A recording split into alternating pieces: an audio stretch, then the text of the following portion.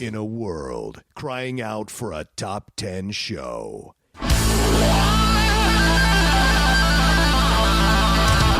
John Roca and Matt Nost are here to bring you the top 10.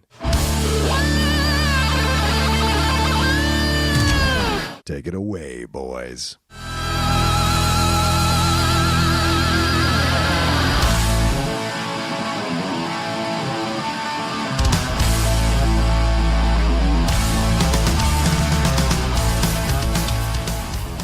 Hey everyone, welcome to another episode of the Top 10 Show. I am John Roca. I am Matt Nost. We are meeting on a lovely day here in Los Angeles. That we are. It's beautiful outside. Once again, we're at Matt's house, so Matt's new house, and so there's beautiful views of the vegetation and the trees.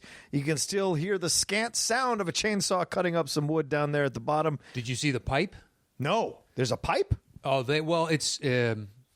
I'm sure they use it for some sort of like municipal irrigation or municipal drainage or something, but they're just funneling debris down from the house they bought. Oh, crap. It's huge. You could probably almost fit inside standing up. Wow. It's that big. When you walk out, just look to your right. You can't fucking miss it. It's big black. It's like those black corrugated plastic that you see for drainage around houses and stuff. Just amped up to a degree. Yeah. Yeah, I don't know what practical use it has out of like municipality shit, but it makes sense because if you got to get shit from the top to the bottom, just throw it down this. Yeah. It does make sense. That sounds like a massive. I even make pipes that big that aren't like for oil and stuff like that. Yeah, me either. Yeah, me either. I don't know shit about it. Did you see them putting it together? I heard them putting it together. Oh, okay. When I walked down like an hour or two later, they were still. It took them a full day to install everything because they had to do like wood bracing around it so it doesn't just slide down. Right. And it's sectioned. I think there's at least 2 sections of it. Wow. So someone had to come up with this. Someone would be like, "I'm going to put my house way up here on the hill." All right. Then if you're going to I need you to take stuff down. I think we got to build a pipe here that's this size and by this length and blah blah blah. Well, it's either that or take it all down by hand. Yeah, that's not going to happen. Laborious as hell. But this type of construction happens all the time around. You know what I mean? There's hills everywhere, so this problem's existed since Los Angeles started building this shit. Exactly. So how the fuck do you get it down? Because the owner was like, "No, we're not tearing it down." It's like, I don't know if you put a pipe up that big. Right. If you're not intending on tearing down. I know they're taking out a bunch of the foundation. Yeah. It's just shifted. Yeah. And the city's making them do all kinds of shit that we didn't have to do, thank God. Oh, that's good. Yeah, well, it'd be an extra almost... It's pushing. It's not quite 6 figures, what the city's requiring them to do to get it up to code. Right. But it's skirting up, too. Wow. And he's trying to convince us to make those improvements to some of our land as well. Yeah. Because they're going to have to pay for a big crane to come out and a couple other massive pieces of machinery. Yeah. And technically, if we needed it, then we would save money, too, because we're bundling the 2 jobs together. Of course. But as far as we know, we don't need it. For now. Waiting, because he's going to send us a geologist's report. Yeah. But we have another one contradicting that from like 3 or 4 years ago before we bought the place. Right. Just saying, you're fine, because this is on. I know when you walk up, it's bedrock. It's sheer bedrock. Yeah. So the amount of slipping has been minimal on this house, and it's been here for 80 years. Wow. So... Well, listen, I want to address something with you, man, because some of the fans have been upset at some of the comments I made last episode with the homeless stuff. They were saying that I'm like wholesale advocating the murder of homeless people. And I want to clarify that for some of our fans who are maybe re-listening. Do you want to make an official policy of the show? Yeah, no, because my opinions are my opinions. In no way do I want to hang the show on these opinions or make them suffer for it. I'm just saying, me personally, like I think some people misunderstood. I was talking it out with you, my ideas, my thoughts, exactly. Right? And some people have come back on. Somebody confronted me, or somebody sent paid to send a $20 comment in today on SEN Live to be like, has Roca done killing homeless people yet or whatever? And it's just like, and someone put it on one of our Facebook posts as well. And I want to clarify. No, I was talking out loud about a possible remedy that would be humane, that wouldn't require that people live in a terrible existence. And so I get that other people were upset about it, but it was just that I was talking out loud as a possibility. I wasn't saying, please make this happen. So I'd like to clarify that for our fans. If any of you all got upset or offended by it, please don't misconstrue what I meant. But that being said, if what I said offended you or hurt you, I do apologize. That was never my intention. It was more coming from a place of trying to ease these people's pain in some way that is realistic, because we don't have the money to create the infrastructure, or the money's not going to be allowed to be we have released. The money. We have the money. You're right. The government's not going to release that money for us to create the infrastructure to help these people and heal these people and make them functioning members of society again. So what's our option? I was trying to deal with reality. We got to take that money and use it to keep those homeless people out of Malibu and Calabasas and Thousand Oaks. Oh, right, the rich places, and right. Santa Monica, Beverly Hills. Yeah, where you never see a homeless person. Just they have extra cops, and they're always. I got a buddy that lives in Calabasas. He's like, I've seen 2. He's lived there for a couple of years, and both times the police, there was 2 cop cars stopped talking to him, and basically they ferry him out. They drop him like over city lines. Go deal with it out there. It's like Lebowski. Yeah, you don't draw a lot of water around here. You know, it's the fucking truth, unfortunately. That's right. Yeah, well, look, I would hope that they could understand we were just kind of spitballing. It's not like you sat down and thought of some, plan, some grand plan, and had bullet points, and it was organic, and just like, I don't know, maybe this is something that, or that is something. All ideas are possible until we find the solution that works. Yeah.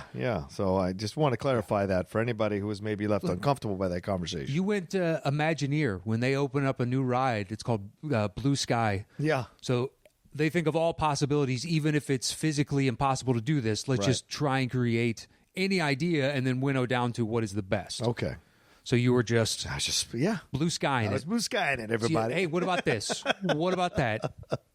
Because I don't want these people to be in this situation, and and it breaks my heart to see them as I drive around L.A. in the worst conditions, living in the worst conditions. And so, I wouldn't even call it living. They're existing, okay, in the worst conditions. Yeah, it's terrible, and being subject to crime, being subject to such terrible things. God knows there's probably rape going on like crazy amongst the homeless as well. Like, I don't know. It's just insane. So I just was spitballing or blue skying possible ideas. And again, I'll just reiterate, I'm sorry if I hurt anybody's feelings about it. It was just a conversation. So anyway, boom. Thank you for letting me do that. You brought up Facebook, just for those out there. Someone stole my information from Russia.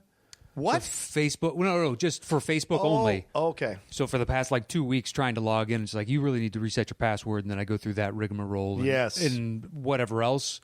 And then it logs me out the next time, and I can't remember the password that I just created for this because I want to do it temporary to change it over to something I'll remember long term. Right. It's like, you know what? Fuck you. Find me on Twitter. Yeah. Find me over here, over there. This is just me, it's supposed to be such a simple thing, and I only use Facebook for the group. Right. That is legitimately all I use it for.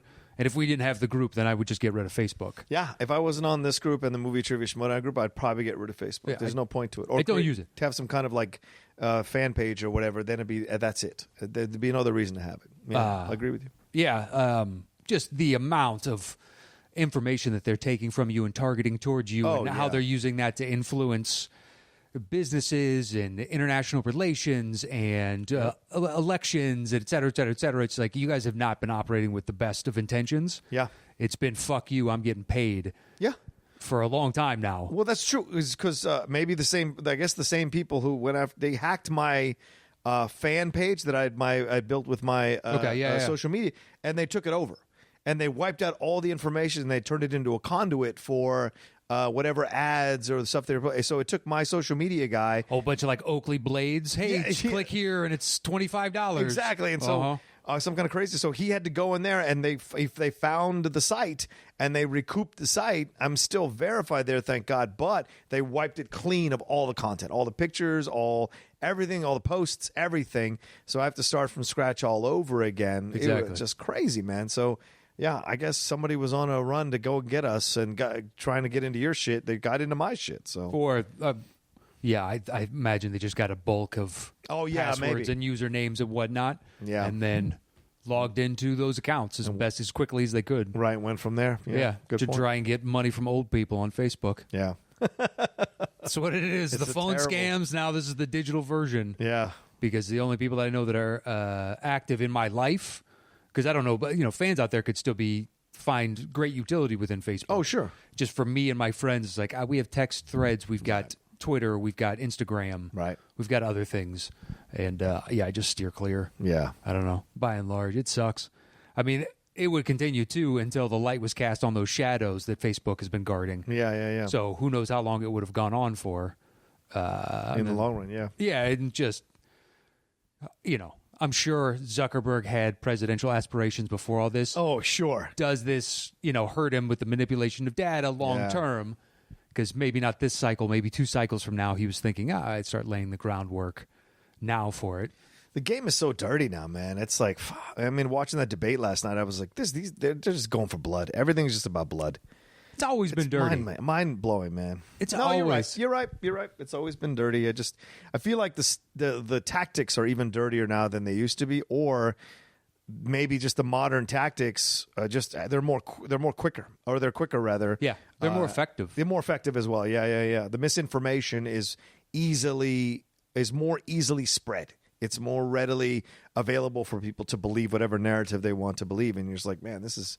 I don't know if anybody could ever. Like, it's just insane to want to run nowadays because there's so much crap that you have to overcome. Yeah, but power and money are great motivators. That's true. It's very true. And somebody like Buttigieg looks like he's been groomed his entire life for this, like some Manchurian candidate. Yeah, he kind of looks that way, doesn't he? Well, it's just, Ivy League education, Rhodes Scholar, war veteran, has a mayor of a small town, so he's got the folksyism. It's like, and also gay, so he appeals to that. But that shuts. I think that's the chink in the armor for him. Really? Oh. I think the Manchurian Candidate thing works actually to make him gay, because then it's like, well, look, he's done all these other things, so maybe I shouldn't focus on him being gay. The fact that he's a combat veteran, the fact that he's this or that, which would, the other people that might be affected by the fact that he's gay, maybe they've got other reasons to like kind of ignore that part of it. So I don't know. Perhaps.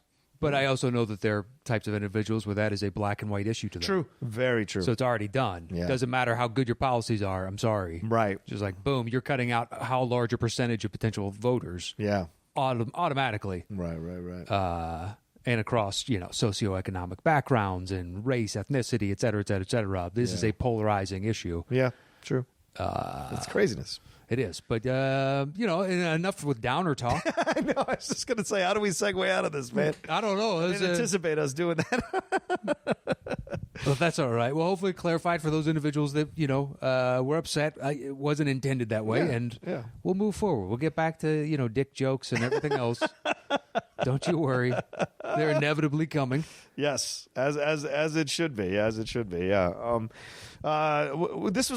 Today's subject, was that a Patreon suggestion? Yeah, by Jonathan Caro or Caro, but I'll say Caro. Yeah. And he submitted, so for years, people have been asking us to do soundtracks, scores, something along those lines. And this one was at least small enough, because how do you pick the greatest soundtracks of all time? Yeah. So we have to go through literally every movie, or scores is what he asked for. Scores. So the movies that just have a soundtrack that don't have a score, okay, you can eliminate them, but what is that? Right. 10%, 15% of movies? There's still a shit ton of movies. So it's just too tall a mountain to climb. And the lists are going to be so diverse and everything else. And when he sent in John Williams, we were both like, why not?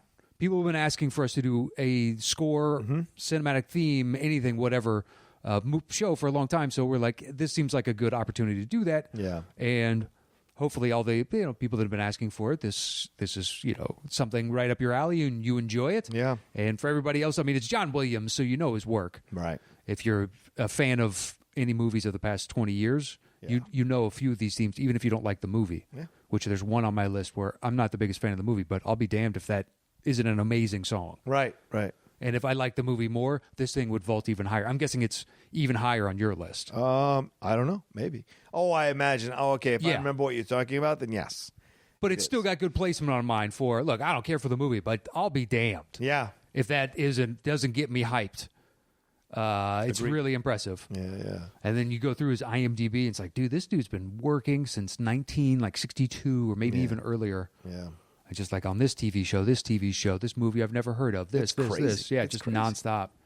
Are you like a scores person? Like I'm not a big scores person. If I like something, I'll remember that I like it, but it's rare. Like maybe 2, 3, 4 times a year, I'll be like, oh, I got to have that score. Or I got to find that score. Yeah. But it's not your bag. No, I mean, I love music flat out, of course. But to sit down and listen to the score, of a movie, no. Yeah. My brother owned all the original Star Trek on like this double disc. Yeah. And every once again, I'd play like a few tracks off of that, but that was the most. Okay. Now with YouTube, you can go on and you can find that whenever you want to. Right.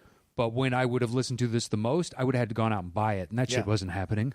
Right. I know we had the Star Wars double album, and we had the Superman double album. I remember that. And so those are the things that we would play when I was a kid with the record player and all that kind of jazz. So I remember that. But yeah, most of the time though, I wasn't running out to. I own maybe 4 scores as physical media that I ever remember buying.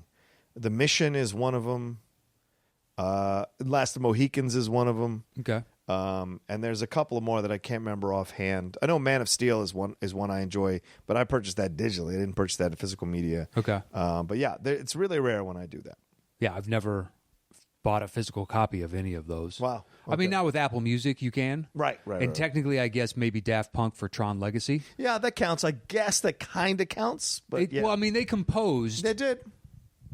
Tons of those tracks. That is one that I genuinely do listen to a lot. Right. But it's akin to their music already, which I'm a fan of. Yeah. So, and it's just a hybridization of that and classical music, which, I played violin growing up. I've listened to a lot of classical music, you know.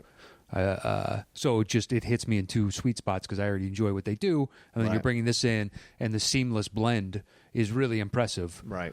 Just the orchestration and how they build to certain moments and bring in, and then it affected their album afterwards. Yeah. Is that stuff going down the pike? Is it a pipe? That's pipe stuff. Oh, that's insane. Well, it's so big and hollow that it reverberates. It sounds like a tree crashing going to crash into the house. Yeah. So I don't know. He said that they're not, once again, tearing down, but although Catherine brought up, so in her dad's town, it's down by the ocean, so long as you leave like a specific percentage of the house still standing, you can tear down the rest, and you don't have to get the permits for it. Wow. So I don't know what it is, but it's a sizable amount.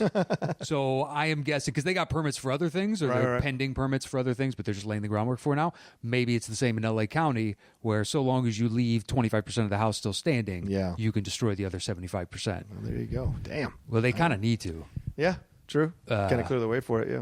Well, it's an older house. It's been in disrepair now for who knows how long, but it looks like a decade easy, just with overgrowth and just no upkeep. Right. And the house is too old for that shit. Poof. All right. Anyway, John Williams stuff we were talking about. So we're going to count down the top 10 John Williams scores. And this will be some interesting to see where some of these more known scores land versus some more of the more unknown scores. But, and I went on YouTube and just like reminded myself of all the stuff that he's composed. And you're right, Matt, since the 60s, so many different genres of film that he's worked in and succeeded in scoring. It's incredible. I mean, he's the number one composer, and people think about a composer in their minds. Bernard Herrmann is someone, Ennio Morricone is someone. Hans Zimmer, certainly, yeah. James Newton Howard. There are a number of great composers, but it's always John Williams that people seem to kind of come back to because it's populist while also being artistic. I think. I think the difference though is like Morricone. In his time, you needed to like westerns. Now it's like it's kind of transcended. Everybody knows the bow wow wow right. because it's been used in other pop culture. But in its day, it was, I'm sure, beloved, but by a small percentage of the overall population. Whereas John Williams, once you team up with Spielberg and Lucas, it's like you've been a part of so many generations' lives intrinsically for so long that he elevated, and then we were like, well, what are other composers? Now, I bet you I wouldn't know Hans Zimmer's name as readily if there wasn't a John Williams before, where you pay attention to the body of work. And when you find out so-and-so is attached to the music, it starts to evoke like, okay, what can he do? How is that going to change, the overall scape of the movie for me? Right. Yeah, so it's a good one. Thank you, Jonathan Carroll. Yes, thank you, Jonathan. Or Carl, whichever it is. And, for those, once again, that have been wanting us to do some kind of score, this one's for you. Yeah. Basically. This one's for you. And at the end of the show, we've got our shout-outs, so stay tuned for that. Yep. And, all right, you want to jump right in? Yeah, tell them how the show works, man. Once we set a topic, we go our individual ways and create personal top 10 lists. Show back up here. I do my bottom 3. He does his bottom 3. I do my next 2. He does his next 2. Then we trade one apiece. Once we have revealed our personal top 10 list, we create the shows between the two of us. Boom. So number 10 for me, Yes. is Saving Private Ryan. Okay. The track. It's called Omaha Beach. Okay. But I think of it as the theme. You went by tracks, or you went by just on score? a few of them? Okay. Well, I've tried to go either theme, like what is the recurring musical theme, or if it was a specific track within. Oh, okay. I haven't done any of that. To me, it was the overall score. Oh, okay. So yeah, because it said scores, right? Top 10.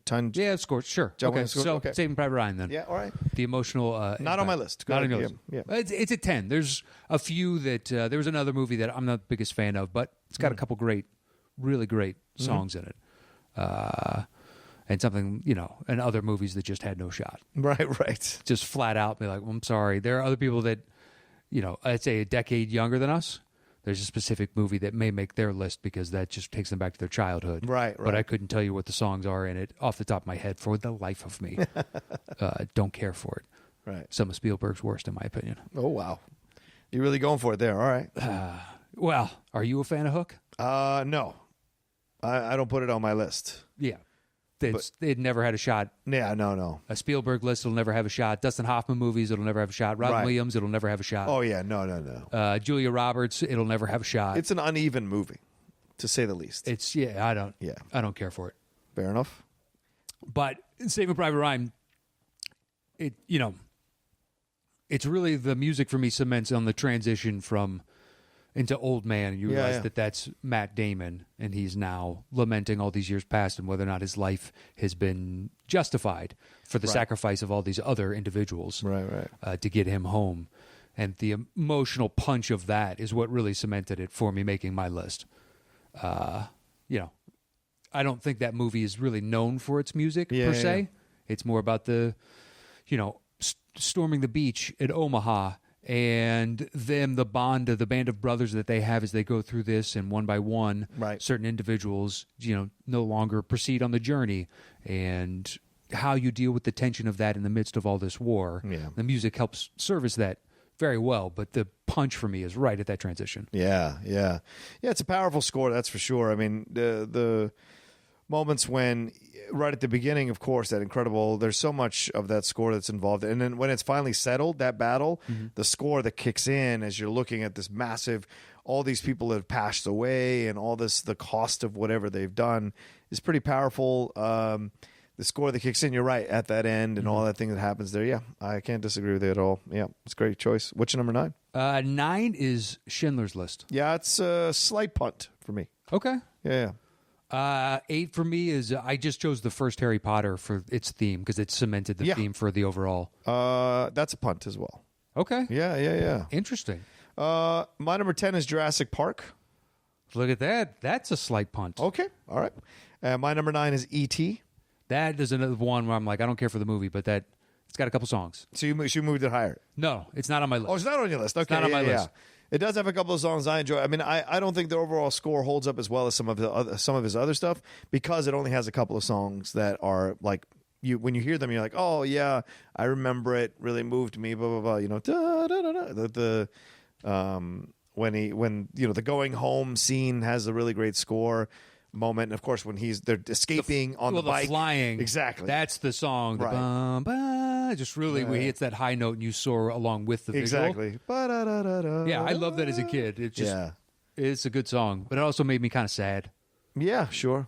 Well, it's a bittersweet film in that Yeah, and I was really young when that came out, so I liked it, but felt it was sad. And then upon watching it as an adult, it just does nothing for me. Yeah, me too, man. I those out there that are flabbergasted by that, I don't know, something about it. It does not resonate with me whatsoever. Like when they did that commercial not long ago. Oh yeah, the Xfinity commercial. Last year, and brought back Elliot as an adult, and now E.T. is back, and I was like, okay. But I know other people was like, oh, so cool to see after all these years, and just, I was dead on the inside. I was like, I got nothing on this. Other people were mad. They're like, how can you exploit my childhood memory for a product that you're trying to sell? I'm like, it was a movie. The movie itself was a product they were trying to sell. Exactly. So I hate to break it to you, but what about Reese's Pieces? Yeah, that was exactly. a product placement that they had a boost in sales because M&M's wouldn't shell out for the fucking sponsorship. That's right. They wouldn't. Yeah. Foolish mistake. True. At the time, ultimately M&M's has won that battle. Right. even though Reese's Pieces peanut butter is far superior. I agree. Reese's Pieces is pretty fucking good. Although the M&M peanut butter is not bad. I'm an M&M almond guy, M&M peanut butter guy. I'm not M&M peanut or regular M&M guy. So those are I will take those two. No, you? I think I've had the peanut butter. Oh, okay. I don't often get M&Ms anymore. Okay. It's like rare. It's when I'm hanging out like down at my sister's place at the Halloween giving out candy. Gotcha. Maybe there's a pack of M&Ms and I'll have a couple. Right. Type of thing. But I couldn't. I mean, do you buy them? M&Ms? Yeah. Yes. I buy the peanut butter ones, the pound ones, because every once in a while, like after dinner, I'll just grab a handful and pop them in, and that's it. Okay. Because I have a thing where I like to have something sweet after my dinner. So it's a dessert kind of thing. Maybe it's a trained thing since I was a kid. I don't know, but I always have some kind of chocolate in the cupboard for that situation. Okay. But yeah, I'm discovering that I have to be very careful about what I bring in the house. Let me just leave it at that, because another person doesn't have the impulse control to stop themselves from. And I'm not insinuating anything, but I'm just saying I've been told certain things cannot be in the house or they will disappear. That's totally fair. Yeah, that's totally fair. It's just like, listen, I don't need that around me. I can stop. The problem with a bag like that, because I think like 5-6 years ago, Catherine brought home one of those. Oh yeah, and it's fine. You sit there and like on the couch and you just have some while you're watching. But after an hour, how many of these times have you had 2 or 3? Right. And that's why I just grab a handful and then I'm done. I put the bag away. I don't have that ability. Okay. All right, fair enough. buy like pints ice cream. I eat the whole pint. Really? Yeah. Oh wow. Every time. Okay. And I have dessert probably like 5 nights a week. So you have to be careful about what it is. Yeah, I'm very selective because I know I want quantity. Yes. Whereas, Catherine's like a fucking squirrel, and she can literally just rake the spoon across the top, and she'll flip it over, and then she'll put it on her tongue and kind of just suck on it for a little while and slowly pull the spoon out. Yeah. And you're like, fuck that. I'm fucking, stuffing my maw with damned ice cream. I have to be careful because I do gain weight quickly. So for me, it's always been about, like, with ice cream, it's 2 scoops. That's all I'm allowed. With a piece of cheesecake or cake, it's half of it. That's what I get. And then tomorrow night I can have the rest if I want. Like I said, the M&Ms is a handful. So I have to always be careful because back in the older days when I would just shove it in, you put on the weight so quickly. So, but I could always work out. But the last few years, it's been harder and harder for me to work out. So it's just like I have to be careful about what I intake. But I hear you. 5 nights a week, dessert, it's not a negative. No, I have to stop because there are points where it's just like, all right, I'm not going to have dessert for a while, and I'll take a few weeks off. Yeah. And then it's back to 5 to when it comes back, it's like 7 that first week, and then I scale it back to 4 to 5. Do you ever buy a whole cake or a whole pie? No. Okay, yeah. No. That's why I buy single pints. Right, because that's dangerous. Well, it's not dangerous. It's just because I used to buy like the half gallon, and I eat half the half gallon. So I mean the quarter gallon or whatever else. And Right. save the other half. I loved it. Well, it's part of it for me is a byproduct of drinking for so many years. So putting all that sugar into my body before I went to bed. So I conditioned myself to really liking sugar. Now it's waned. I can stop now. It's not a big deal. But like when first couple of years after I quit drinking, I was like, this clearly has to do with the lack of sugar that I'm getting. My body's just used to so much sugar. Right. A buddy of mine asked me about that the other day because we grab dinner every once and again, and then I'm always down for dessert afterwards. Like, let's go get some dessert. What do you got around here type of thing. Like, right. Let's hey, I like a little sugar after this. And he posited that to a friend of his who doesn't drink anymore. And his friend was like, no, fuck that. I just like dessert. And he said it to me, and I was like, yeah, no, I assume that's why I like dessert so much. I already had a sweet tooth. And then add that on top of it. I like the man's going to make that stand to your friend. No. I know. Yeah, his buddy, though, I have never met. And was just like upset. And was like, wow, this fucking... I assume that's what it is. Yeah, calm it down, guys. It's just dessert. I don't know why you need to build up your fucking self-esteem into why you do and do not eat. Wrap it up in the dessert. Yeah. What do you got next? So then my number 8 is Lincoln. I thought about it, but I just really the music in certain points, but to me, it's all Day-Lewis. He transcends everything in that movie. Gotcha. So the music helps. Yeah, well, I think for me, the presidential vibe of it, I enjoy that music. It's an unusual presidential theme. It's old school in the respect that you can hear in the music, but it's also somewhat modern in how it's presented. So I like that combo when I'm listening to it. And to me, it helps me like the movie a lot more. If it didn't have the score, I probably wouldn't like the movie at all, because I like him in it. I just think all the other stuff around the movie just bores me to fucking tears. Oh, I love every I know it's tiny little thing about it. Like the whole thing with them all yelling and Lee Pace and everyone yelling about this amendment. And I could care less. James Spader with his weird mutton chops. They're trying to go out and corral votes, and people are offended, and they take shots at him. Exactly. And then all of it, I'm just like, this when is people all are trying stupid. to stymie him pushing through the amendment, he's like, "No, now I am the president of the United States, and I am cloaked in immense power, and I am going to wield that power until someone stops me." In essence, and if you look at it like that, it's kind of tyrannical. I can understand the other side. Yeah. Now, ultimately, through the lens of history, we look at it and go, "That was a good thing." Right. So it's. He exploited loopholes within it, but it was ultimately for the betterment of the country as a whole. So I'm fine with that abuse of power. Right. It's just, it's steadily built the presidential power over the years to the degree where, it's not really, it just keeps building and building and building. Yeah. I don't think it's tyrannical if you're doing something to make it a world that's more inclusive. I don't think that's tyrannical. I think it's tyrannical to be exclusive. If you're flying in the face of the law, true. Doesn't matter. I mean, on some level, you are violating the procedures and rules that we all agree to. Right. But if the other side doesn't agree to them either, then what's the point? Yeah. I'm not saying. I'm just saying. Apart. The people that attacked him for being a tyrant, I understand their argument from their perspective. Yeah, they certainly have logic for it. Yeah. Agreed. Examples and whatever. But yeah, I enjoyed the drum beats of it all, the way it's presented, the way you hear it as soon as it kicks in. I just enjoy it because it's not an overt one, and I like that it's subtle, just like he was, kind of subtle but strong. And so I think that Williams did a great job of capturing that in his score. All right, what's your number 7? 7 is Jurassic Park. Okay. So the punt from your 10? Yeah, my 10. Yeah. Just that lilting. It kind of sets up the inherent, I don't want to say fancy of it all, but it's such a outlandish idea that seems remotely plausible. Yeah. And the score really helps add to that. It gives an air of adventure, but it's also calming. Yeah.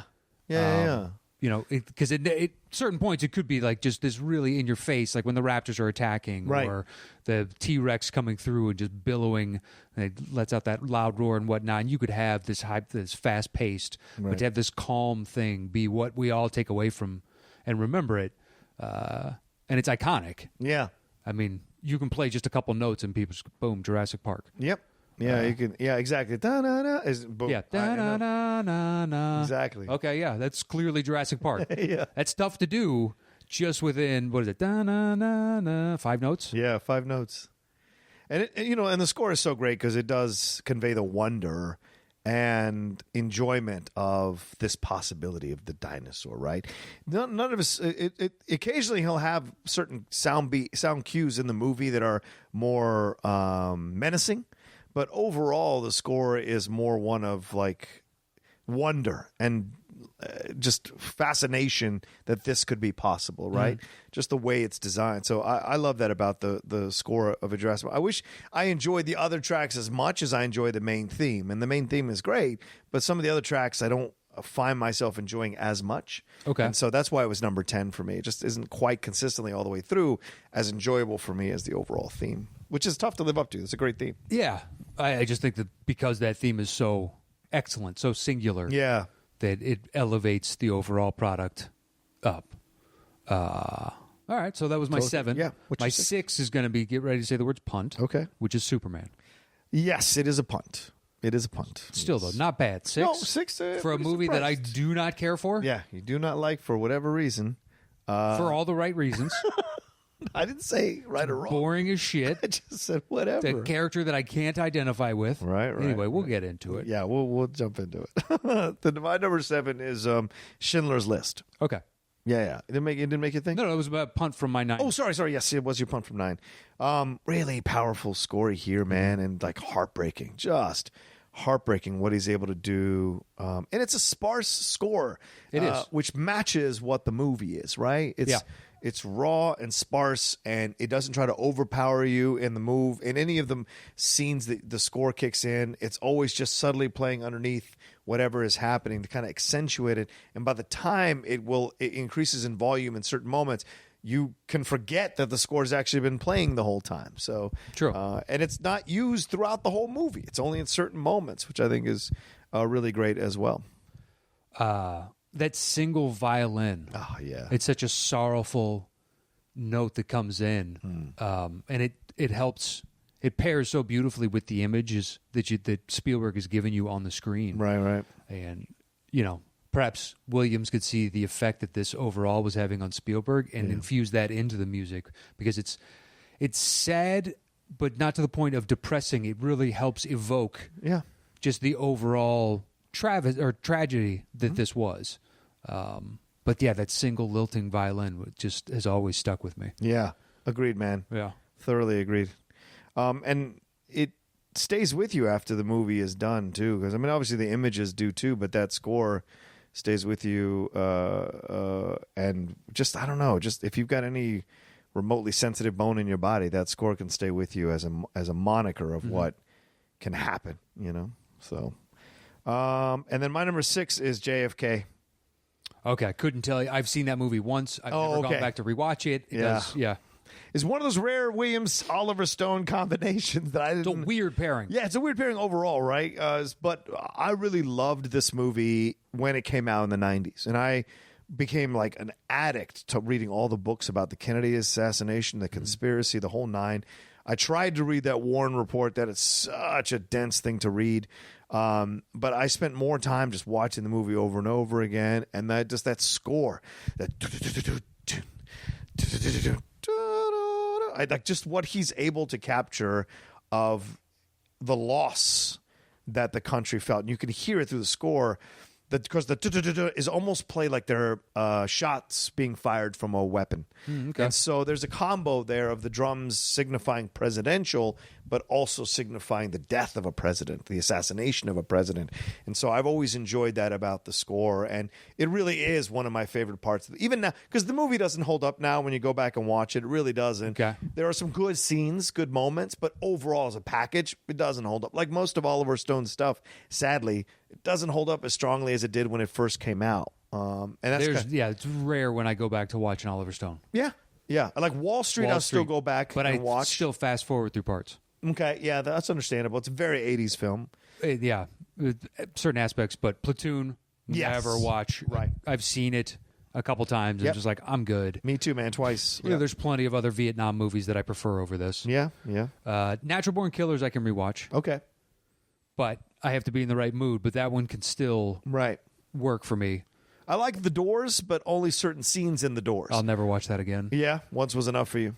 W was all right. Yeah, W was all right. Yeah. I didn't mind W. Yeah, I might see that again. That's one of the hidden truths I think that nobody wants to talk about Oliver Stone, is that like his movies don't hold up as strongly as they did when they first came out. I think that's a hard truth that some people don't want to say, but I think it's unavoidable that it's not, that his films just don't carry the weight like they did at the time, because he's very much a topical filmmaker, right? The Kennedy thing was hitting its apex when that movie came out.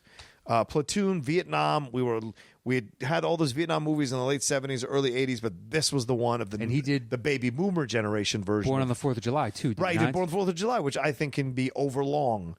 As much. I don't like that movie in the slightest. Yeah, there you go. Whereas I enjoy what Cruise is doing because it's showing you a window of how good of a dramatic actor he's going to be.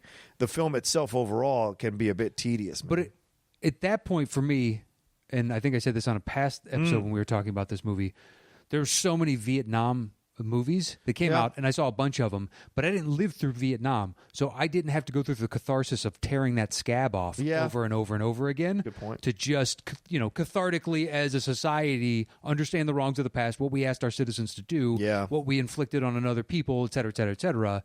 Like, yes, I learned that lesson, but having not lived through it, I don't need to experience this over and over and over again. Yeah. And Born on the 4th of July to me is the epitome of all of that. Yeah. I just don't. I've seen it at least twice. Yeah. I know we watched it once for this show for like a Thunderdome or something. We did. That was and that's when I was like, wait, maybe his stuff doesn't hold up like it used to. I want to look up and see if there's anything else we've missed on his stuff that. We have. Yeah. There's got to be at least 2-3 others. And then the documentaries on top of that. Oh, the documentary's right. I never saw. I thought Snowden was okay. Snowden, to me, it felt like his Rainmaker, like for Coppola. Okay. It doesn't feel stonish in any way, shape, or form, but it's certainly a well-directed film. I hated Savages. Wall Street Money Never Sleeps was okay. Yeah, I think you're being kind. Fine. I mean, it wasn't terrible, but it's not good. Yeah. Alexander was horrific. I wanted to like it. Oh, God. I think the director's cut, whatever, is a little better. Okay. I liked World Trade Center. I didn't think that was a bad film, but I also don't think it had the emotional weight he was hoping for. I didn't see that or United 193. Oh, is that yeah. what it is? United 93, yeah. Or 93. I didn't watch any of this. Look, I lived through it. Yep. I get it. I understand. I have read. I don't know how many watched. I don't know how many. Right. I've gone through that. I don't need to see the cinematic version just yet. Maybe in 10, 20 years or something. But yeah. Any Given Sunday, not so good. I kind of like that movie. Do you really? I kind of do. I only like one scene. And that's the Pacino. I got speech. a few different scenes that I'm like that's not bad. There are some terrible, just flat out terrible scenes. There are. Jesus, anything with Cameron Diaz is pretty much terrible. And a lot of the Jamie Foxx fighting with Lawrence Taylor shit. Yeah, because that was real. But still, it's bad. U-Turn's okay. I like Nixon, even though I don't know. I never really fully accept Hopkins as Nixon. I still like the movie. And yeah, there's Heaven and Earth, which I never saw. So yeah, I think that's. Oh, and Talk Radio. Did you ever see Talk Radio? With Bogosian? Yeah, with Bogosian. I've seen him walking around with the mic. Right. I don't know if I've seen the whole thing. I know the breakdown of his in a crazy fan. Yes. Is coming basically to find him. I remember Stern took that movie personally. He thought it was a personal attack. How could he not? From Stone about him. Yeah. How could he not? True. Fair point. I mean, as big as that dude's ego is, it's borne out to be true.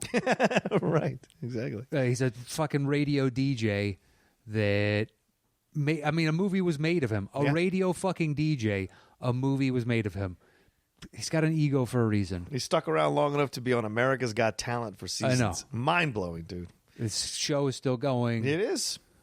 It is. Although you don't hear the buzz about it like you used to, but yes, it's still going. I've got one friend who's diehard. Yeah. Like when I met him like 16 years ago in San Diego, something like that, he used to wake up and listen to and tape the show as it was playing on the East Coast. Wow. And then listen to the show again throughout the day. Wow. Like, he loved it. Right. And now talking to him now, it's like, it's just sad. It's just, they're all phoning it in so fucking hard. Yeah. It's so sad. I'm sure, dude. He still listens, though. Yeah. It's been part of his life now for 20-something years. It becomes a firmament. It's hard to let go of it. Yeah. You know? No matter how bad it is, you still have hope, and then you're over laughing because it reminds you of, they used to do, ha-ha. Right. Like, no, right. dude, this sucks. The routine. But I've never listened. I've never sat down and actually tuned in. Yeah, they're all so old now, man. You watch them, Gary Delabate and Robin Givens, you're just like, man, they're all so old. Stuttering John. Yeah, it's heartbreaking. All right, what's your number? Oh, wait. Should we take a quick break? Yeah, if that was your 6, why don't we take a quick break and hear this word from our sponsor, and we'll be right back. Cool. Well, welcome back. Let's jump into this thing. Last we left, I just finished my number 6, JFK. So what is your number 5 of the John Williams scores, Matt Nost? 5. Well, this comes down because I was, I guess, singularly focusing on when scores, for whatever reason, focused on a single. Okay. So I put the Phantom Menace here for Duel of the Fates. Oh, good choice. Because that is so good. That is a great track. So good that I am willing to overlook how much I do not care for the vast majority of that movie. Because when the chorus voices come in, just that ba ba ba ba, ba, it's beautiful. Yeah, it's a nice blend of setting the tone, the stakes of what we're about to see transpire through musical cues. So when it's Darth Maul and just boom, cuts to a close-up of his face and just bah, bah, and you're like, oh shit, here comes the fight. But it fits that moment to such an amazing degree. Yeah, I don't disagree, man. I wish the rest of the movie was that good. I agree. And I love that it's a good mixture of this like overwhelmingly epic thing that you're going to have to go up against, which is with the notes you were talking about, and then combined with the action adventure of it. All of that getting you into it feels like you're flying in one of those actual spaceships that they have in the movie. Those yellow speeder things.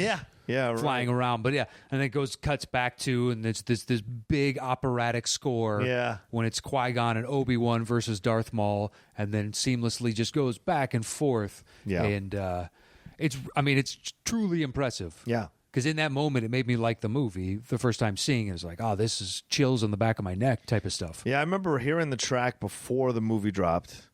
And I was just like, oh, I can't, because it was in the commercials and stuff. And I think it got leaked or something. And you listened and you're just like, oh, my God, this is going to be a great movie.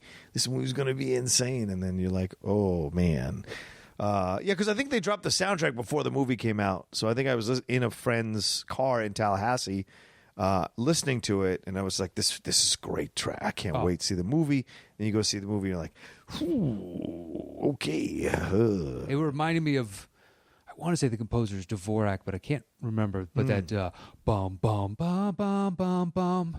Bum bum bum bum, and then the bum bum is the people coming in. Da da da da. Right. Bum bum bum bum bum bum bum. Oh, right. Dun, dun. It comes in with that Carmina big bass. Burana thing. There you go. Yeah.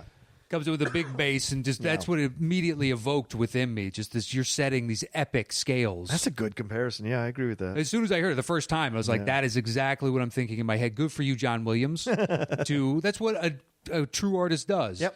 You're influenced. You can hear the influence, and they turned it and made it into something else. Yep, absolutely. We're all standing on the shoulders of giants, you know? Yeah, true. So, for that singular alone, it's like, dude, you took to me a bad movie and made a moment in it with, I find, completely redeemable and enjoy the living shit out of. Yeah, I don't disagree with you there.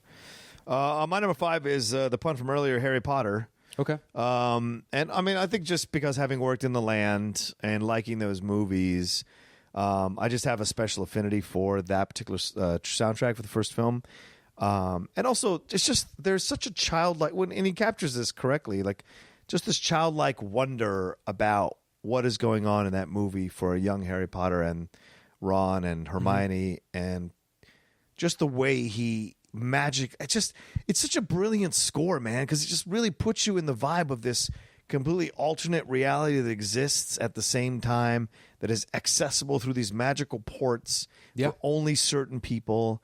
And then when you're there, there's a kind of reverence to the whole situation because it's gone on for centuries. And all of that is conveyed in his score so well, the childlike part of it, but also the epic foundational old school part of it throughout the things. And every cue in that soundtrack is really enjoyable for where it's set in the movie. So it does. It sets up like coming in, it's got a nice little bit of fancy right when it opens, and it gives you like a playful attitude. Yeah. But it can so easily soar. It can turn to the darker elements, and it's still within the construct of the overall original composition. Yeah. He seamlessly can flow in and out of all these different modalities, and it almost doesn't even seem like a Williams. Yeah. Like there's another one that didn't make my list, and it seems more like an Elfman for Home Alone. Right. I don't know if you put it on your list. Nope, not on my list. It was close to making 10. It was like it's neck and neck with Saving Private Ryan for me. And it's like it's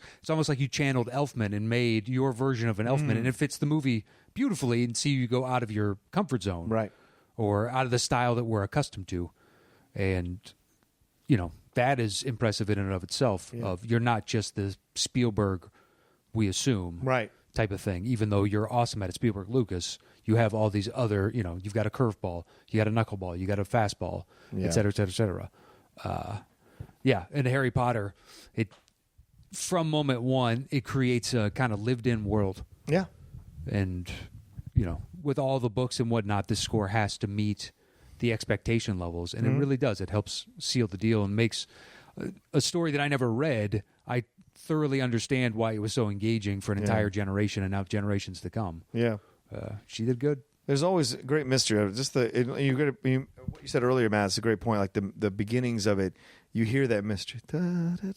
It's the little like touches right at the beginning. You're just like, oh, what's underneath all this? What is it? I'm only seeing a little bit. I'm only hearing a little bit of it. So it's just totally great on that. What's your number 4? 4 is Empire. Oh, okay, cool. Not on my list. For the Imperial March. Yeah. Great choice. Because that is one that I have gone back to listen to. When my brother had that double disc, that's what the first track I always played. Yeah. Because it's great. How do you not love that? And my favorite is when it gets into the staccato, that dun dun dun dun dun dun. That is when it amps me up even more, because you're setting the tone on those opening big notes. Yep. And fully get the vibe. This seems like a dominating, overbearing presence just through the music. It's a larger-than-life kind of score for a character that fits that billing to a T. And for that alone, once again, I whatever's going after the singular, it distances itself from the first one in a completely different way. Right. The first one is hopeful. Yes. It gives, we'll get into that, I guess. But this one, for that, this is the dark side. The dark side is coming to its power. So the whole soundtrack really evokes that within the viewer as they're sitting there. It helps, cement what they were trying to get across on the visual. Yeah, there's so many great tracks on that soundtrack too. Because you're right. Because you've got this, this is the whole beginning of the film. The score that's going on there with the attack on Hoth, and they're fighting back, and then you get the romance of Leia. You get Leia's theme there with the romance of Leia and Han Solo. And then you get Luke in Dagobah with Yoda. That's got these hopeful kind of like beats to it underneath, and then near the end when you see everything that goes down, it's just like, whoa, what a darkness that is now kind of permeating the score. And it's like, because it's reflecting. So it's an incredible score, absolutely, and still hopeful at the end. A nice hopeful cue at the end for what's happening. So somewhat. Yeah, right. Good point, Matt. Somewhat hopeful. Yeah, it gives you hope. Yeah, in that you don't know the outcome, and that's every war. You win some battles, you lose some battles. Yeah. But it's about the overall war. Can you finally, win that? Yeah. And that's what that movie needs to impart. Of they've got to take hits too, because they're up against an empire. Yeah. Agreed. Yeah. Yeah. Which next or our newest 3 never really has that. Yeah. The empire never really wins. So how are they an empire? Right. I mean, they to some degree at the end of the second one when they're on that planet, whatnot. But the core people get away and they come back and manage to write. It wasn't the same kind of defeatist mentality that you really got from Empire. Right. That I guess we were all looking for, or at least I was looking for. Shouldn't speak for everyone. Well, then my number 4 is Superman. Okay. Which was a slight pun for your 6? Yeah. I think the score. Look, there's a couple of, obviously the main theme is incredible, right? But like I said, I was looking at the whole thing here, and other than a couple of other tracks on the soundtrack, I don't find it as moving or effective as I did when I was younger.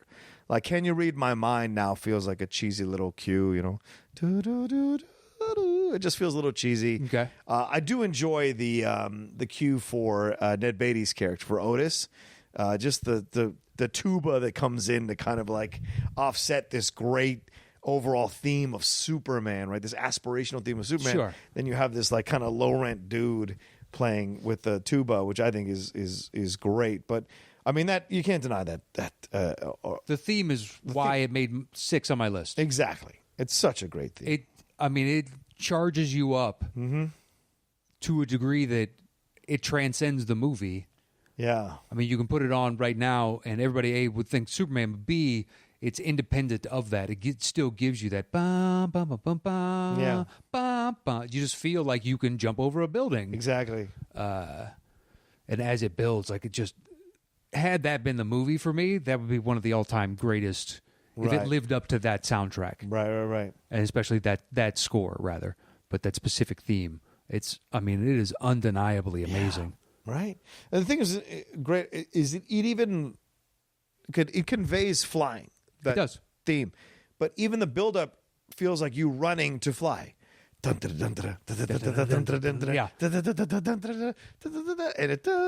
Just that single, what is that? It's got to be a trumpet come through. Yes. And then as it slowly builds with each iteration of that same thing, just you keep adding more flavor, more beef to it. And once it hits, it's like, man, this is legit. Yeah, agreed. And I'm glad that every superhero movie doesn't do that. Yes. Because it would just devalue everybody else's attempt to have that. Agreed. All right. Yep. All right. So what's your number? My three Yeah. is Jaws. Yes, my 3. Perfect time. Yeah.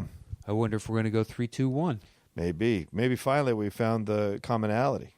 Who did? Who knew it would be on score? Something we've been keeping at arm's length now for quite some time. For years. Coming up with all kinds of reasons not to do it. But yes. I mean, that little, it's not a full octave, so that half octave, that bum, Yeah. bum, just the impending peril and doom from 2 notes. Yeah. What a great little ingenious, simple concept to distill down to us, to evoke in us the impending death that is lurking underneath the water. Bum, bum. Oh, fuck you. And it slowly builds. And as it gets up, those horns come in. It's overall, the movie is very well scored. Yeah. But that in and of itself, he has this uncanny ability to really pair together what the filmmaker is trying to get across. Yeah. Because if we don't have that soundtrack, does Jaws become the first tentpole blockbuster? So, yeah, right. It's a good point. I don't think so. No. The soundtrack is so essential to that film's success. It's what you like walk out leaving. Mm-hmm. You're singing it, and it's reminding you of the movie. Yeah. So it makes it even bigger success. And like, oh, you got to go see this because it's all I can think about. Yeah. And people have used it as a funny cue in films or TV shows, right? You see it like that. Just like, what? Also, like the score with them when they're going out onto the water when they're chasing the shark, that adventurous, hopeful, excited score cue that is so perfect for that time in the movie is such a great companion for this other score, which you mentioned, the overall theme of it that's so just dripped in dread and terror and impending doom. Sure. It's a nice combo because the film is that way. The film starts out with this fear, but then it always has these weird comedic moments within it. Even though the stakes are super high in life and death, you still have those weird comedic moments with Brody and his kids, or Brody and his wife, or with the mayor and Brody. You have these weird comedic moments come out of nowhere. And then even on the ship, when they're having their back and forth with each other, the 3 guys, there are funny little moments. But within it, always that shark is just there waiting. That impending meeting with the shark is coming. And so I enjoy that score for that reason. It's got nice variety all through it. All right. That's my number 3, too. So what's your number 2? 2, Indiana Jones. Yes, it is Indiana Jones. So then we more than likely have the same number 1. Right. Now, is this the first one or the Crusade? Which one? First one. Yeah, agreed. First one. Yeah, that's you can't. It's neck and neck with 1 for me. Right. But 1 is just absolutely perfect. Yeah. To a note. It is perfect. And it's nothing against Indy. It's, anyway. Indy was the character as a kid that I always felt like, well, I could be him. Because he's a real person. He's an archaeologist doing outlandish discovery of old artifacts and all that, but it still seemed relatively plausible. So the soundtrack married to that always gave me a source of inspiration and aspiration simultaneously. Just a spark really came to life. And I would, I've hummed that song to myself over and over and over again throughout the years. That and the number 1 and, Jaws at number 3 and the Empire. Like John Williams has an amazing ability to just worm these things into your brain. Yeah. And Indy, man, there's such adventure that bum ba bum bum ba bum ba bum bum. Just like I don't know, you feel like you're marching towards something scary yet fun. Yes. the whole time. The bum, ba-da-bum, bum, ba-da-bum, bum, ba-da-bum. Oh, I fucking love it. Those horns are just amazing. Well, and also the softer cues with the romance with him and Marion Ravenwood when he sees her. The violin cues that are there are really great as well, and you can sense that there's a past and a history before they even speak about their past and history. It's great how it captures that. And then the scene where, the whole action scene where they're chasing him with a horse and him going on those different trucks to try to stop the Nazis. All of that is fantastic. Bare knuckle boxing the dude. Yeah, all of that. The snake pit. The snake pit, right. The Well of Souls.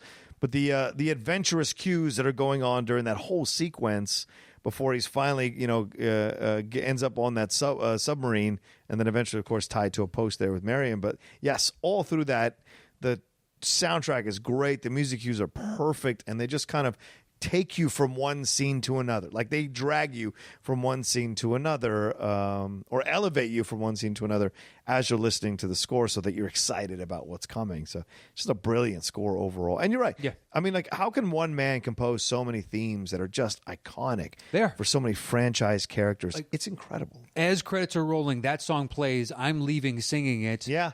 And it's stuck in my head for who knows how long, depending on how good the movie was. Yeah. It could be days and days and days where I just think about it and it puts like a small smile on my face and whatever I'm doing. Other people like Zimmer, who I've brought up twice now, and this is number 3, the soundtracks are impactful, but I don't carry them with me the same way. Yeah. And other individuals, soundtrack fits the movie to a T, but I don't take it home with me. Yeah. Whereas Williams, I always do, and it just gives me a greater affinity for the projects that he's involved with. Yeah, agreed. It's incredible. It is, flat out. I mean, Indy to this day, the fact that they're making another one, I'm excited. Yeah. Even though Crystal Skull was dog shit. Yeah. Just like, I still believe. I believe Harrison Ford as an old man can do all that stuff. I have zero problem. If you got to find, I'm sure they got to find some sort of, a Robin to his Batman. Yeah. Hopefully they do better. Like Shia has proven himself to be a good actor. Sure. And I've liked a number of things, a whole hell of a lot. I still haven't seen Honey Boy, but Peanut Butter Falcon was fantastic. Yeah. And he's had others where he is really good in this. Yeah. Like Fury. He's excellent in Fury. Oh, yeah, Fury's fantastic. He's great in that. Yeah. But it didn't really fit to me. Yeah.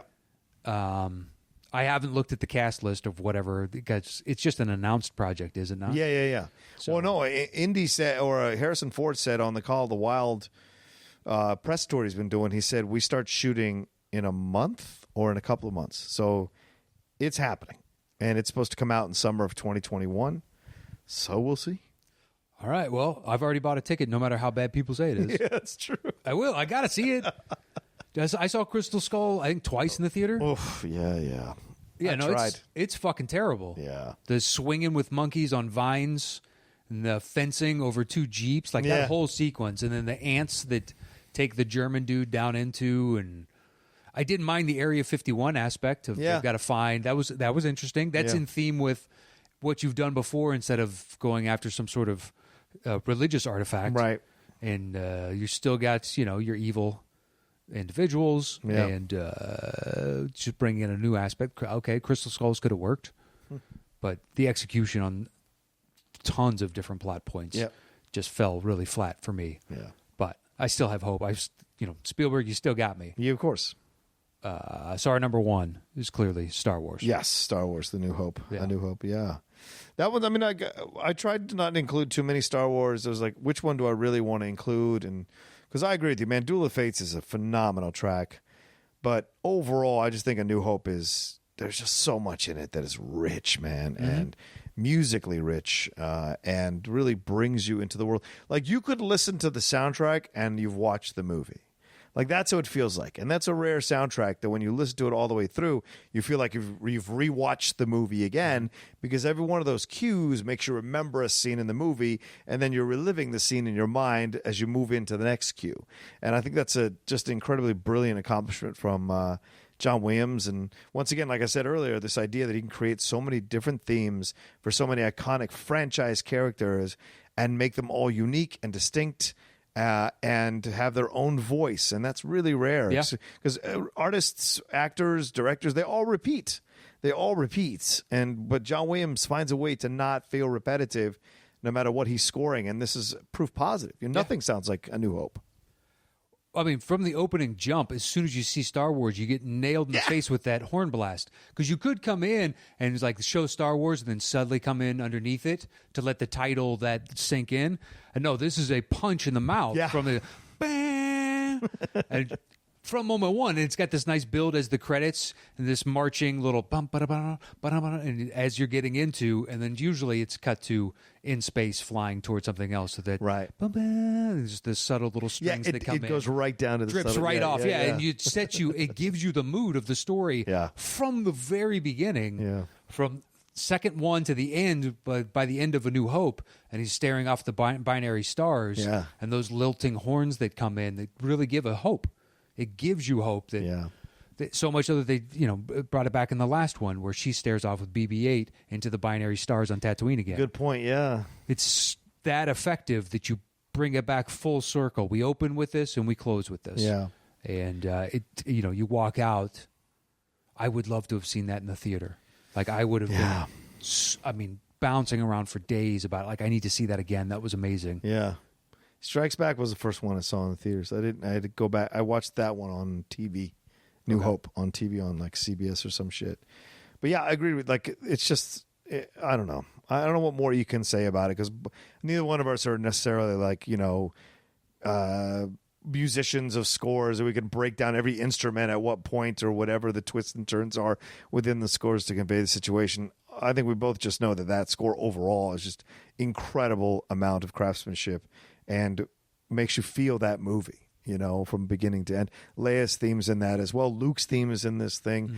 Mm-hmm. We do get the first shades of the Vader theme in here. So much about it is just like, wow. And then that ending, that score that plays after Kenobi surrenders himself, he's like, oh no. It makes it even more poignant, that sound cue when it's happening. So you're just like, Jesus, just brilliant stuff overall. All right. There we go. There you go. There's our top 10 John Williams scores. Easy peasy. Yeah, we're going to put this list together. Clearly, 1, 2, 3 is the same. So let's do it. All right. So what? I have number 4 is Superman, but that was your number 6. What's your number 4? Correct. My 4 is Empire, which you don't have. Then Superman would probably go next. Oh, wow. Okay.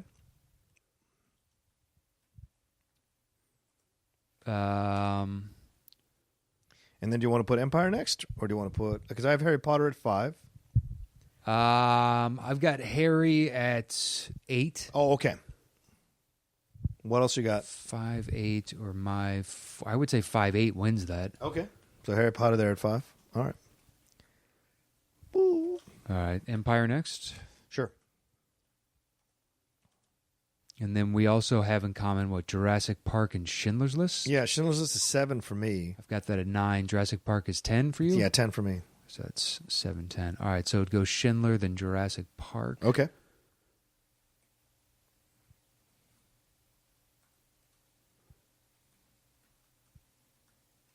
All right, so we got 2 left. All right. What's your next highest? JFK at 6. All right, so I got Phantom Menace at 5, so it would go Phantom Menace, then JFK. All right, perfect. Happy JFK made the list. E.T. did not make the list. People are going to be so mad. E.T. did not. All right. The top 10 John Williams scores, yeah.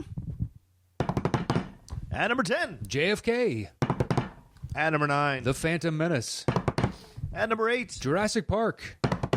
At number 7. Schindler's List. At number 6. The Empire Strikes Back. At number 5. Harry Potter overall, I guess. Yeah, sure. At number 4. Superman. At number 3. Jaws. At number 2. Indiana Jones, Raiders of the Lost Ark. And our number 1 John Williams score is Star Wars: A New Hope. A New Hope. And then I've got Caro's list right here. Oh, yeah. Let's hear it from Jonathan. Caro's. At 10, he's got Catch Me If You Can. 9 is Superman. 8 is Schindler's List. 7, he chose Prisoner of Azkaban. Okay, nice choice. 6 is Jurassic Park. 5 is Home Alone. Okay. 4 is E.T. 3 is Jaws, 2 is Raiders, 1 is Star Wars. Yeah, there we go. So we have the same 1, 2, 3. There we go. It becomes subjective after 1, 2, 3. Yeah, I feel across the board. Yeah, I think so. Right? Maybe in another generation's time that will have changed. Maybe you're right. Yeah. Yeah, but who knows? But I mean, it's pretty solid. We're not going to disagree with you there. But Surprise, ET Superman at 4 is nice and high. I'm not happy with Superman at 9. But all right, Caro. And then, all right. Well, our thanks to Jonathan Carl for sending us in that for choosing the topic, and he did that by joining us over at patreon.com/the top 10 with the number 10, and join at the Boss Hog level, and you can choose that. You can be part of everything else that we do on the tiers below that, and you'd also get a shout out, which we're going to do right here, right now. And our thanks to Chris Alexakos for doing the Lord's work. Yes. By helping us put together the shout-out list and hunting down people for the relist, because I know this month was especially hard for him. And relist, we're talking about some changes for your tier, adding a variation on a show, so you still get a relist and something else. We'll probably talk about that we talked about that more than likely on this week's relist, or we'll talk about it on next week's show. But coming up, stay tuned for changes on that. You'll still have a relist, but you'll be getting something different in place of a second one. Try and be more interactive for everybody overall, and also help alleviate some of Chris's hustle every month. Oh yeah, Chris is struggling all the time to make sure this happens. Yeah. So relist is sometimes people don't respond, and then it sucks. Yeah, if you're a part of this thing, I mean, and you see the calls go out, please do your due diligence to to get in there and get your stuff read by us, because we always want to give love to everybody who are the patrons to be part of the relist. Yeah. Or, I mean, we've been kicking around another show, and maybe relist has kind of gone the way of the dodo for some of you, and so we're kicking around the possibility of another show that'll replace relist. That'll be also an interactive kind of situation for you all, which Matt and I have been kind of considering and kicking around right now, recently rather. Yeah. And we'll see. But stay tuned. We'll have something on that on a show coming up. Do you have the list in front of you? Yes, I do, finally. Sorry about that. Yeah. No worries. All right, so here is the monthly shout-out we give to everybody that supports us at $5 and up over at patreon.com/the top 10 with the number 10. And it's our way of saying thank you to everybody that really helps us. You're the reason that we're here. Your support, the financial helps, but it's also the reason we've gone out. We can see that there's demand. Now we can go out and do the shows on the road, or do more shows each week to try and give you guys content, because it's your support, and we're so thankful of that each and every month. And this is our way of saying, publicly, thank you. Yes. All right, so I'll start us off. I got AJ Barrera, Abby Lugo, Adelardo Fuente, Alan Snuffleupagus Bennett, Albert Wiradharma. What's up, Albert? Alex Ramsey. Alex Russell. Alexander Mazonia. Aaliyah Moore. What's up, Aaliyah? Ahmad Ali. Andre Constantinesco. Andres Mendoza. Andrew Herbs. Andrew Hayes. Andrew Marker. Andrew Nally. Andrew O'Day. Andy Ortiz. Andy Tan. Angela Dashner. Anthony Casanova. April Rybacki. Ashley Prowls. Oops, sorry. Ben Quirk? Is that right? Ben Quirk. Correct. Yes. Ben Cartwright. Bernie Knapp. Billy Guillams. Blair Simpson. Willems? Do you think it's Guillams or like Williams? I like Guillams, but maybe you're right. Maybe all it's right. Blake Gaunt. Yes, I'm sorry. This thing keeps being weird. Blake O'Brien. Bobby Carney. Bobby Michael. Brandon Caridi. Brandon Monroe. Brian Akins. Cameron Belgrade. Cameron Chapman. Charlie McKenna. Chelsea Lewis. Chris Cabrera. Chris Consiglio. Chris Jones. Chris Lemke. Christopher Brockman. Christopher McIntyre. Christos Alexakos. Cody Seal. Connor Teal. Corey Day. Corey Trainer. Cody Markham. Cody Rexford. Dale Varley. Dan Nye. Dan Petraglia. Dan Somerville. Daniel Chaput. Daniel McCarty. Darren Bush. David Gregson. David Mitchell Baker. Deborah Torres. Dimitri Milat. DJ Red Hot Cax. Dominic Greaves. Drew Burkhardt. Drew Inns. Dwayne Joseph Burke. Dylan Bueller Dempsey. Dylan Johnson. Dylan Yoon. Ed Buskirk. Edwin Dobbins. Elijah York. Ellis Menchaca. Oh boy. Eric Bloor. Eric Bruin. Eric Stevenson. Evan Zoller. Francisco J. Torres. Frank Montoya. Gareth Weldon. Jeff Kelly. George Menchaca. And Giancarlo Simonetta. Gunnar R. Hans Eskelson. Haley Morton. Houston Bodley. Ian Horner. Ian Platt. Ian Brick Beltran Lopez. Lewin Williams. Jacob Pullian. Is that right? Jacob Pullian? Jimmy Jam Nost. Pullian, right, sorry. Oh, yeah, nice. James Leggett. James Petty. James Trapani. James Winstead. Jambia Conazar. Jason Bradshaw. Jeff Dickin. Jeff Saliba. Jen Kemp. Jeremy Bowers. Jeremy Metz. JIC 317. Jim Payne. Jim White. Joe H.W. or Yoon Jo Hyun. Jody Money. Joe Fairley. Joe Ibarra. Joey Anthony. Johan Schmidt. John Dowse. John Keefe. John Mariano. Jonathan Caro. Jonathan Chase. Joshua Stetz. Josh Lawrence. Josh Mabry. Josh Murphy. Josh Sachs. Joshua Wynn. Juan Reyes. Johanna Linaverta. Julian Key. Justin McDonald. Justin O'Neill. Catherine Samuels. Keith Archer. Keith Fitzgerald. Kelly W. Kayla Long. Kevin Fuss. Kristen Smith. Christian Lundgaard Kjoler. Kristen Kurtz. Kyle Beckworth. Kyle Fuller. Kyle Spahn. Laura Deverson. Lawrence Witt. Lewis Berrigan. Luke Allison. Luke Larson. Mackenzie Horner. Magali Dore. Marcel Berman. Marcus Davenport. Mark Fawcett. And finally, Mark Menchaca. Yeah, Martin T. AZ Batfish. Martin Tuttle. Matt Chipping. Matt Hannigan. Matt Yound. Matt Simmons. Matthew Kearns. Matthew Lee Cravens. Matthew Pullen. Maurice Robinson. Michael D. Dyke. Michael Kelly. Michael McDade. Michael Schmer. Mike Barrington. Mike Shea. Niall Blackie. Nick Francis. Nick Dornoff. Nicholas Smith. Nizar Alabasi. Noel Kelleher. Pat Bulfamonte. Phil Neglia. Philip Lane. Ravi Prazad. Regan Lovig. Rob McDonald. Robert Francisco Suarez. Robert Haley. Would you say that's Suarez? Suresh, maybe. Suresh, yeah, Suresh? maybe Suresh. Rodrigo Valverde III. Roque Orellana. Ruben Enriquez. Ryan M. Brandos. Ryan McKenna. Scott Monzolvi. Scott Zarnecki. Scott Kohler. Seamus Braytag.